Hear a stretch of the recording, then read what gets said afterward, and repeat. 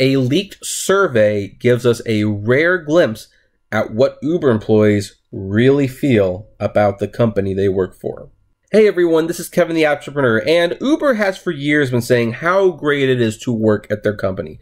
Their employees love them, they're overwhelmingly enthusiastic about the opportunities that they are changing the world, but we've had no real data with which to go on. However, Uber does take internal surveys with their employees. I don't know what happens to the employees who dislike the company. I would never, ever trust them to keep those who's saying what confidential, but the report has actually leaked. Now, Uber never volunteers this information. It always gets leaked. It was leaked last year, and now it's leaked this year. Now, last year, morale was very, very low.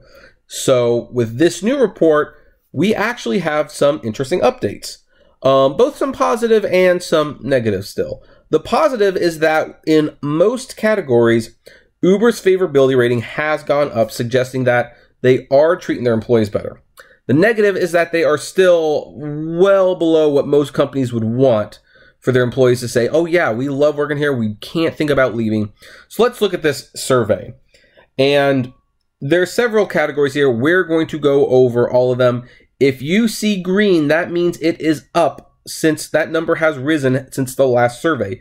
If it is red, that means it has decreased. Now, as you can see, only one has decreased, but we'll get to that in a moment. The first thing said was, I have good opportunities for professional growth at Uber. 54% said yes. That is a very interesting statistic because with all the things that they're supposedly doing, we're talking about food, bikes, driverless car, the flying car. Apparently, only 54% think that there are good opportunities for professional growth.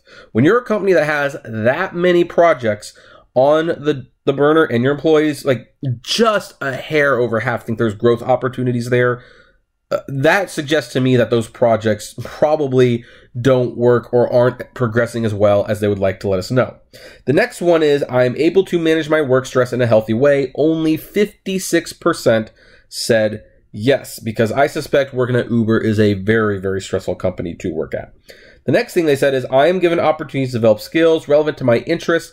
59% said yes. And I could see why this would be, more than half. I mean, if you're doing computer science stuff at Uber, then yeah, you could take those skills to Google or Lyft or Microsoft. You could take them to a lot of places. So I'm assuming the people who didn't say yes on that are like the secretaries, the janitors, and probably the drivers. I'm kidding. They don't ask the drivers these questions. I receive recognition for a job well done. 60% said yes. That's nice because Uber actually ended the year by not recognizing the drivers. So at least it's nice that over half of their employees feel like they're acknowledging them. And the next one is, I have access to the learning and development I need to do my job well. Only 60%.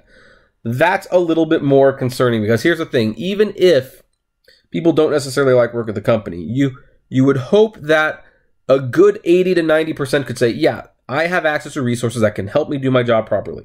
The fact that that's only 60% is very, very concerning. I'm glad that it's up from the last survey. I wonder what it was before, but, that's still. I believe that my skills are well utilized in my role. About 60% said that. Why is it itching there so much? 60% said yes. Okay, that's positive. I feel fairly treated at Uber. 63%. There's still a good 37% that says that they don't feel that they're treated very well. And of course, if you threw the drivers in this mix, that would probably be like 20 or something. Let's see here. I receive regular communications from my manager about what is happening at Uber. 65%. I'm surprised it's not a little higher, to be honest. You'd think the managers would keep them up to date with that, but apparently not. So, I feel secure about my job. 66% said they feel secure. Well, good for them. I'm glad someone at Uber sort of feels secure. I feel close to people at work. 68% said yes. I'm not surprised that's a high number at all. Even if you have like a super crappy, low wage paying job that you just hate, usually you can bond with other employees who also hate that job. So that's not surprising at all. I know what I need to do to be successful in my role. Now this is the interesting thing. 69% said yes. And yet, people who feel like there is opportunity for professional growth, that they have the tools they need, that they are respected by the company, those numbers are all significantly lower. That makes me wonder, is this a company where it's like you know what you need to do to succeed, and yet what you need to do to succeed is so far out of reach that most people feel like they will never be able to make it? That's a fascinating one, that one's so high and the other things related to it seem comparatively low. So let's see here. I believe I am given the autonomy I need to do my best work. Now that was at 70%. I don't know what the difference between that is and what was the other thing. I have access to the learning and development I need for my job. I don't know why there's such a huge difference in that. That's a 10% difference. So I don't even know what the difference. Yeah, I just don't know what the difference is. So, but that's interesting.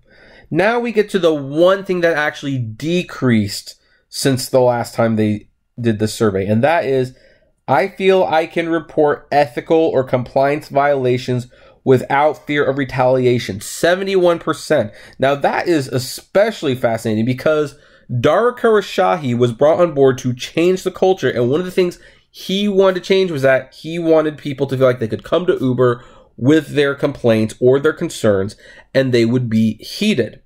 And from my recollection, Travis Kalanick's regime did not have that open door policy. In fact, it was very closed door. And yet, apparently, this is like the only area that they're decreasing on. So I'm actually curious what the number was before and why it decreased. Like, that's an interesting one. Out of all of them, you would think that the potential for growth opportunities, that would be the one falling, because Uber is clearly doing a lot more and there should be room for promotion in there somewhere along the line. But no, they feel like they can't actually report ethical concerns. How much has the culture really changed at that point, I wonder? Okay, just a few more here, and these are all fairly high.